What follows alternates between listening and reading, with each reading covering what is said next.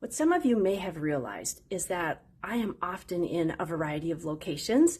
I do purposefully have a business designed around remote working because my husband and I actually travel quite a bit. He is at a place in his life where he can, and I don't want us to miss out on that opportunity. So often you will notice I have a variety of backgrounds behind me.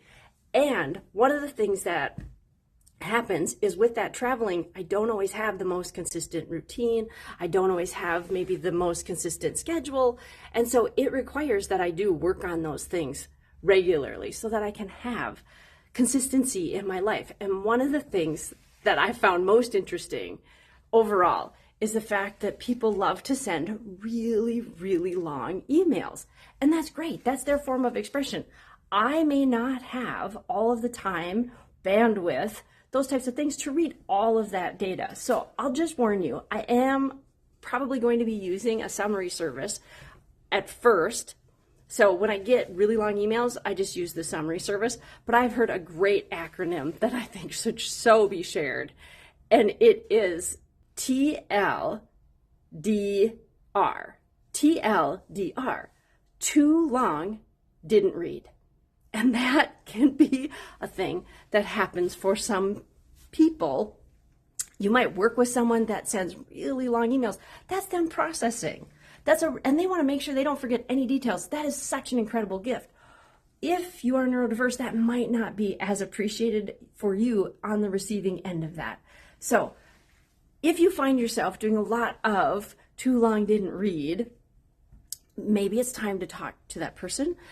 Utilize some AI services for yourself to maybe get a quick summary so that you can respond in a timely manner, which is typically what I've learned people that send long emails anticipate and hope for, is that you're going to be responding almost instantly.